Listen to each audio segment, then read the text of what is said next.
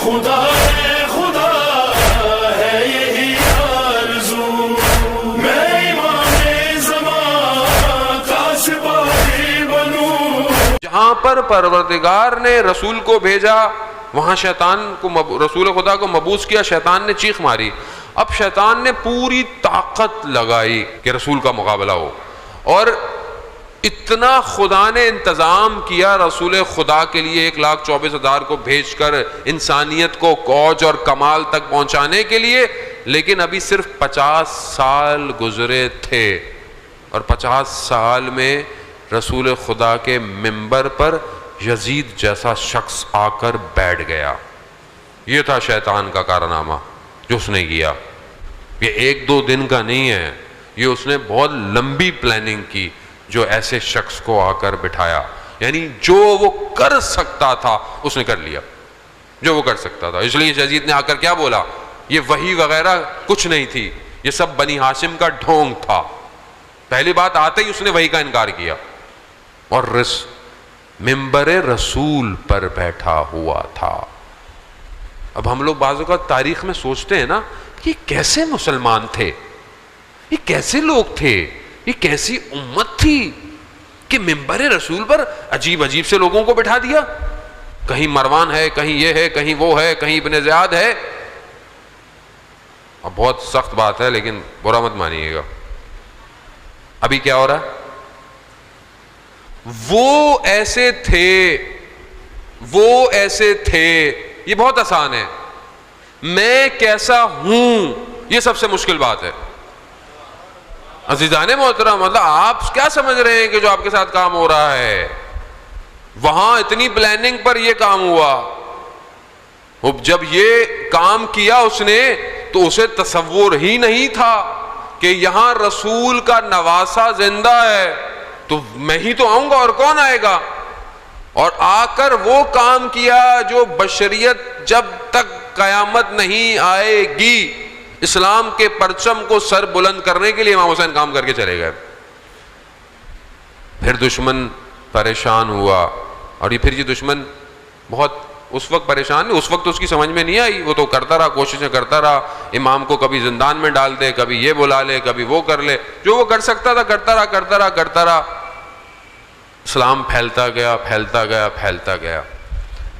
کچھ سو سال پہلے اس نے دیکھا کہ یہ کون لوگ ہیں، یہ پھر پورے سال میں جمع ہو جاتے ہیں، یہ پھر اس حسین کا ذکر کرتے ہیں، یہ پھر اس شیطان نے جو اتنا کارنامہ کیا تھا یہ اس کو لان تان شروع کر دیتے ہیں۔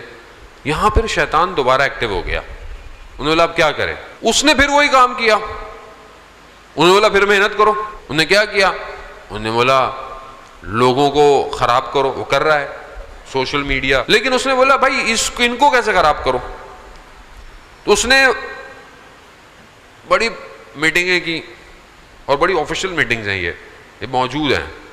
انہوں نے بولا یہ حسینیت جو ہے یہ ایک پرندہ ہے، اس کے 2 پر ہیں، ایک سرخ رنگ کا ہے، ایک سبز رنگ کا ہے۔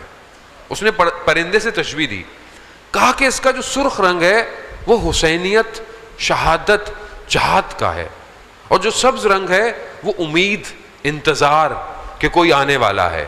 اب یہ 2 پر سے یہ تشیع کا جو پرواز ہے وہ اتنی بلند ہے کہ ہم اس کو نیچے اتار نہیں سکتے۔ بھائی ان کو کچھ ہوتا ہی نہیں، ان کو جتنا مارو، یہ کہتے ہیں خوب شہدائے کربلا کے راستے میں جتنا مارنا ہے مارتے رہو، ہمیں کچھ نہیں ہونے والا، شہدائے کربلا کا راستہ ہے، ان کو مارتے رہو، یہ کچھ نہیں ہوتا ان کو، اور ان کو جتنا مایوس کرو، ان کو بولو، یہ کہتے ہیں نہیں ایک آنے والا ہے، ایک آنے والا ہے، ایک آنے والا ہے، ایک آنے والا ہے۔ وہ کہہ رہے ہیں آج تک ہم اس ایک کو 2 نہیں کر پا رہے، یہ ایک ہی پہ اٹکے ہوئے ہیں، یہ کون ہے ایک؟